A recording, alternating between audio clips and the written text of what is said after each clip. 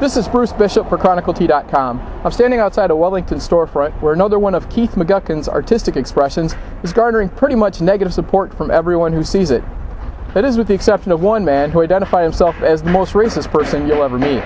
Funny because I really don't even think about it. Every time I look at it, I didn't think of a black issue there, and I really didn't even think of a Jewish issue that much. I just kind of looked at it as not really referring to any of those anywhere in the piece. It's just, I guess they can't separate the swastika from historical parallels with Jewish people, I suppose. But there's not supposed to be any correlation between the two, and I guess I don't see it. I mean, I understand it, but every time I look at it, I don't think, oh God, the Holocaust was horrible.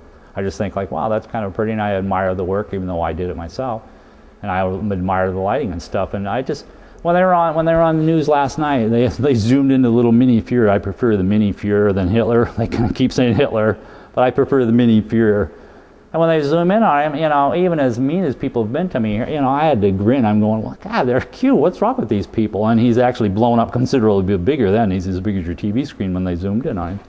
So I'm still surprised that people take it seriously or really try to tie in any historical events or anything to it. So maybe I'm just bizarre. McGuckin is currently working on the second part of his project, a snowman attempting suicide under a 1950s-style hairdryer. The reason he's attempting suicide is because of a tell-all book outing him as a gay snowman.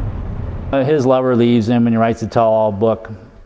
And then after the tell-all book comes out, profits on Frosty sales drop 70%. So then he's really distraught, so he decides to end it all.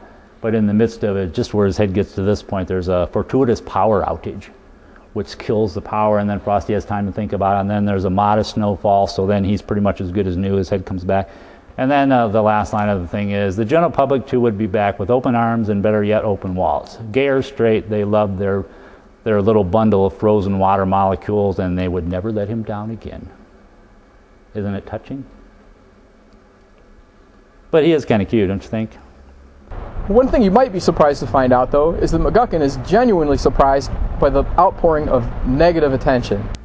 You know, as I said, I don't want no pitchforks and torch scene going on out here. So if people from out of town come in and some of the college kids start coming over and I start getting some, hey, thumbs up kind of thing, then I'd probably leave it up. But you know, I don't want to irritate people. If they're really getting ticked off about it, then I'd probably pull it. I don't have any really big qualms about it. If you don't like it, then there's no point of being in there if you're not enjoying it. So I would at least probably give it through the weekend to see what the response is going to be, see if people start getting it.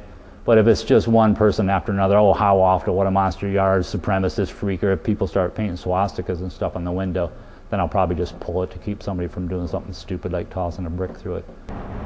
If you're interested in checking out McGuckin's project, you want to do it soon because there's a strong chance that it may not be here for long.